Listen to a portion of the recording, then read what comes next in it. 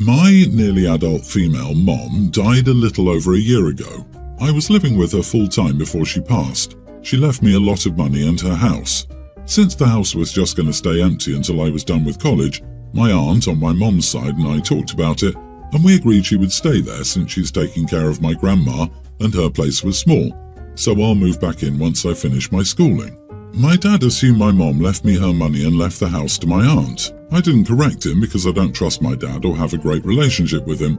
I'm currently living with him, his wife Jan and her twin daughters, nearly adult, both lovely people, in a 3-bedroom flat. 2 months ago he found out that my mom left me the house. I'm not sure how he found out, but he did. Since then I haven't heard the end of it. I'm selfish for making us all stay in a tiny flat. I'm spoiled because I won't share my inheritance. I'm terrible for making the twins take out loans. You get the gist. This weekend was the twins' birthday at my grandma's house. Most of my dad's family was there. We get along great usually, and his wife's family and some of their friends were there, along with the twins' friends. After they were done opening my present to them, they asked me if that was really it. I got them matching bracelets with their birthstones, which they loved, by the way. It got quiet and I asked them what else they were expecting. They said Jan said that I was planning on surprising them on their birthday by telling them we were moving into my mom's house and helping them with college. My grandma asked Jan if this was true and Jan started in on me again. She asked what she could do to make me stop being a witch, pull my weight, help out and be fair. I told her she could drop dead. I told her my mom died for me to get all these things she wanted me to give her daughters. I said if she wanted everything to be fair, then she should drop dead and I would share everything I had with her daughters since we would have all lost a mother. That it would be fair only after that happened. She and my dad started yelling at me, and my grandma and uncle started yelling at my dad and Jan, and everything was pretty much over after that. The whole ride home, my dad and Jan were getting calls and texts from family and friends telling them they were disappointed in them, and I was getting lots of texts from Jan's family, the twins' friends and a few of my cousins, saying I was selfish. I don't usually fight with my cousins, so I'm really starting to think maybe I am being selfish and that I went too far at the twins' party. Am I the idiot? Edit. I can't live with my aunt. My grandma needs a lot of space right now and our setup has gotten the best results for her. I love my grandma, but seeing her on the brink of death sends my mind to a bad place. I tried staying the weekend once and I had a panic attack. A rare time when you can tell someone to drop dead and still be not the idiot. At your young age, I wouldn't have had the verbal creativity or emotional fortitude to advocate for myself so expertly. You are in fact a hero for ensuring your aunt has housing security as she cares for your aging grandmother, for standing up for yourself in the face of the emotional immaturity of the adults around you, and for investing in yourself. Unblock every single one of those people. They're not your family. Your family is supporting you because they love you, and don't give anyone a dime until you've figured out your motives. Cat is out of the bag and family can be the slimiest. They don't owe you. And this BS where Jan made up a story about what you were going to do and then surprised you with it? Incredible. I hope you get out as soon as you can. Yeah, surprise them on their birthday by telling them they were moving into my house and I'm helping them with college. The sheer audacity that Jan had in attempting to coerce a kid into giving up their assets is alarming. Calling you selfish for ensuring your grandmother and her carer have what they need is textbook projection. OP, make sure your money and the house are secured. Your mom died. It's your inheritance, your house and your money. It doesn't belong to anyone but you. It's not your responsibility to take care of anyone. Your dad is a grown adult. He needs to work and get a bigger house to provide for his new family. I'm so sorry you lost your mom. I hope her memory will always be a blessing. My roommate dumped her ex-girlfriend about 2 weeks ago, and the ex-girlfriend took it really badly. Over the last 2 weeks, she's shown up at our apartment 8 times. She stands outside and cries and knocks on the door, begging my roommate to come out and talk to her. My roommate always ignores her until she goes away. She usually stays for almost an hour. Honestly, it's really sad to listen to. So last night my roommate wasn't home and her ex-girlfriend came to the door. I opened the door to tell her that my roommate wasn't there and I could see that she was intoxicated. To be fair, I don't know if she's been drinking the other time she's shown up, but once I saw that she was, I didn't feel comfortable just shutting the door on her and leaving an intoxicated girl alone outside at night. So I let her come inside so I could call her an Uber to take her home. She was in our apartment for maybe 10 minutes in total. I didn't let her go into my roommate's room or touch anything. She just sat on the couch and cried while waiting for the Uber. While she was there, I texted my roommate to let her know so that she wouldn't come home to her ex-girlfriend unexpectedly being in our apartment. My roommate got mad at me for letting her in and said I should have ignored her. I explained that she was drunk and I was worried about her safety, but my roommate said that it didn't matter and it wasn't okay to reward her for showing up by letting her into our apartment. My roommate is still mad at me today and is saying that the next time the ex-girlfriend shows up, it will be my problem to deal with because she's sure I just made the whole situation worse. So, am I the idiot? Edit. The ex-girlfriend didn't do anything crazy or bad that made my roommate break up. She just wasn't that into her. You are the idiot, not your circus, not your monkey.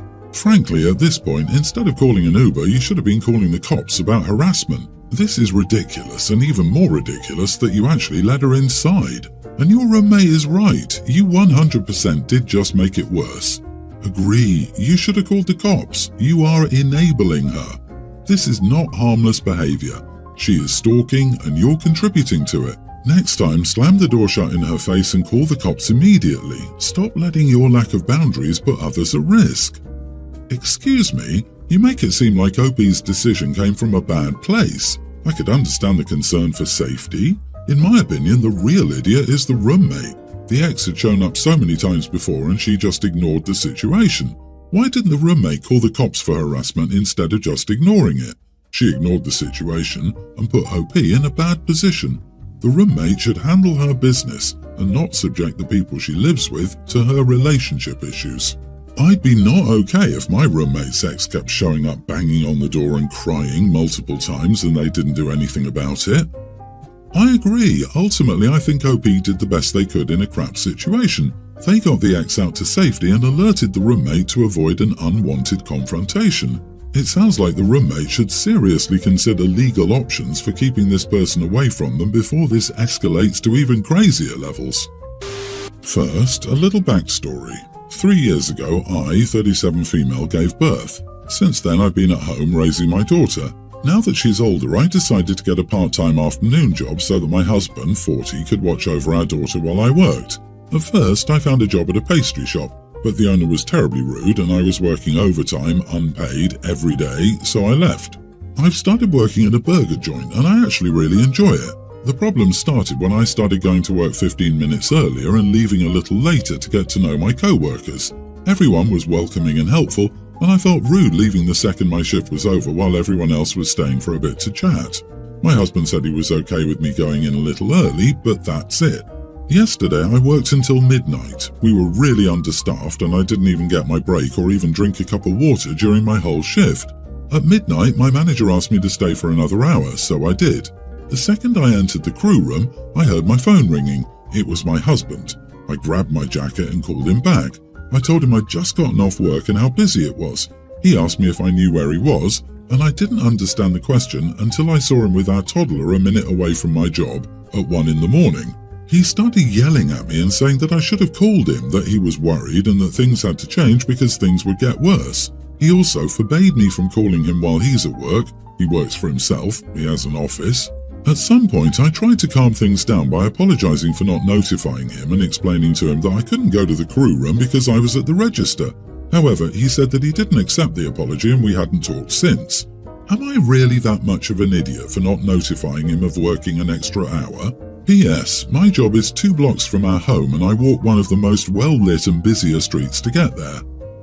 I get why your husband was upset. He was expecting you to be home a little past midnight, and at 1 you're still not there. You're not picking up your phone, it's the middle of the night, and something bad could have happened to you. The only thing he could do was come to your work to check and bring the kid with him. What was he supposed to do? Call the actual restaurant instead of taking an infant out in the middle of the night. OP, you could have said to your manager when he asked you to stay longer that you needed a minute to inform your husband. You were an hour late home at midnight. I understand he was worried. He could have, however, behaved like a normal adult, not yelling like a madman. He was most likely afraid, and fear is a powerful feeling that can make people act badly. Maybe you should both act like adults and talk to each other. I'm sorry, but you are the idiot. You could have asked the manager for a break to 1. Get a darn drink of water, and 2. Notify your husband that you're working late so he doesn't worry. You should have told your boss that you didn't have a problem with overtime, but you'd have to let your family know. I wasn't a great person in high school. My friends and I had a little clique and we weren't nice to some classmates. I tried going to college, but it wasn't for me. I got a job at a car dealership and eventually started selling cars. I'm pretty good at it, so I make a good living. My younger brother did great in university and he has a pretty good future ahead of him. After he graduated, he started working in the city and there's a club there for graduates from his university. He ran into a girl that I wasn't very nice to in high school. She's a couple of years older than him, but they started dating. I don't think she realized he was my brother. He likes that they grew up in the same town. He brought her home for Christmas. My parents had sold their home after we all moved out, so they didn't live in the same town anymore. She recognized me right away. I didn't recognize her. I guess she got past the ugly duckling part of growing up. She's very physically attractive. She's also doing well in life.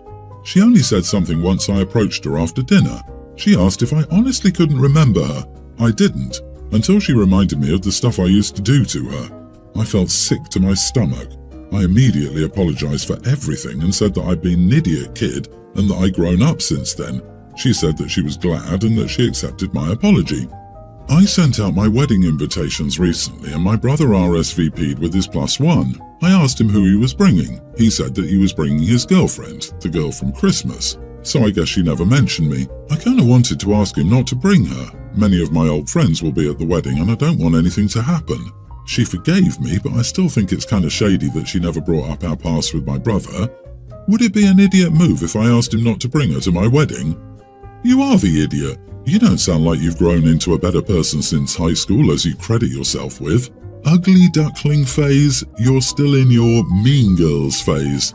Let the past be the past. Also, OP, who the heck do you think he's bringing as a +1? The girl from Christmas. Dear Lord. Girlfriend. It's his girlfriend. And what are you worried about her doing? You were the bully, not her. Yes, you are the idiot. But let me get this straight. You don't want to invite her because you think it's weird she hasn't outed you as a bully to your brother? If I were to hazard a guess, OP doesn't want to be reminded of being a bully, and if that group of friends is at the wedding, they know that something is going to happen. What if your brother marries this girl? Will you skip the wedding and cut contact? Genuinely asking. OP is surprised she hasn't outed him because that's what OP would have done. No, it's also that OP is still friends with all their fellow bullies, and they don't want any incidents, because even though they're a much better person and all, they still hang around with idiots and prioritize those people being at their wedding. I think that OP is afraid their friends will bully the former bullying victim again, or that there might be some confrontation between them. So OP is trying to fix it by removing the bullying victim. This basically means OP progressed from aggressor to enabler, which is kind of progress, but not enough. Agree. And soon, everyone in your family knows what a bullying idiot you were and how you continued to discriminate against and exclude her to try and keep it a secret. How do you think that plays out for you? Your chickens are coming home to roost. Better get ready to deal with the consequences of you being a garbage person. I, 28 female, am part of a group of 9 female friends. Except for another woman and me, let's call her Daisy, they don't have kids. Daisy and I had our kids 3 weeks apart. Both of our children are infants. My husband and I are very lucky that we're financially secure and that our combined income is in the mid-6 figures. Daisy and her husband are not, and most of our other friends are not as well. Now that I'm back at work, I decided that it was also time to get back to a routine somewhat close to my old one. I didn't want to be the kind of woman who only defines herself as a mother, and there's nothing wrong with that, and, as I said, I have the means to help with that. We hired an au pair and it's been life-changing. I still spend a lot of time being a mom and I love my daughter, but now I get to go to the gym, I'm rested because I don't have to be up with her at night, I can go to brunch with my friends, and last Saturday I even went clubbing. I didn't drink since I breastfeed, but I still had fun with my friends. On the other hand, Daisy is exhausted and hasn't had the time to go out with us. Very understandable, so we made sure to visit her. And the one time she agreed to go to brunch, we made sure to choose a child-friendly restaurant. After seeing some photos we posted on social media of us enjoying the club, she sent a text in the group chat asking why we didn't invite her. Another friend said she was invited, but she declined since she couldn't spend that much time away from her son. Then Daisy said that we should have done what she suggested instead, which was to have a nice dinner at a family-friendly restaurant, then just spend a couple of hours at home chatting. The same friend replied that we did that last weekend and that they wanted to have fun. Daisy said that it wasn't fair that she was excluded for being a mom, but the same friend replied that she wasn't and that she was being dramatic. Then she said if we were excluding moms, my name would have been excluded too. Daisy then calls me. As soon as I picked up, she started scolding me about giving our friends a false idea of what being a mom is, that most of them do not have the means to hire help the way I do, that normal people have to sacrifice a lot of things once they have kids, and that me not having to do that makes her seem like a bad friend and stops our other friends from accommodating her. At the time, I didn't know what the whole deal was about, but I could kind of understand the situation, so I told her that normal moms leave their kids with their fathers to go out with their friends. It was entitled people who expected the whole world to change because they decided to have kids. After reading the whole argument on the group chat though, I think that I went overboard and that I really might be doing exactly what she accused me of. So, am I the idiot? Not the idiot, the world isn't fair. It's a bummer for Daisy that she can't afford to hire help, but she still chose to have a kid. The group isn't excluding her, especially if they occasionally accommodate her motherhood. Of course, the group dynamics were going to change. She can't honestly expect that a mostly child-free group is suddenly going to want to only socialize around breastfeeding schedules and baby-friendly themes. Yeah, she's also probably more than a little jealous that you have the means to acquire help and get some of your life back. It sounds like maybe the father isn't stepping in, or she's putting too much of the care of the little one on herself and is starting to crumble under pressure, and you got the brunt that day. Everybody sucks here. You headed right into idiot territory with that comment, especially the normal moms. That was a crappy thing to say to a friend of yours. But, on the other hand, your friend shouldn't be blaming you for your parenting choices. So there's that. Frankly, I find it odd that 9 friends are finding time to do something every weekend, but you can't find time for her.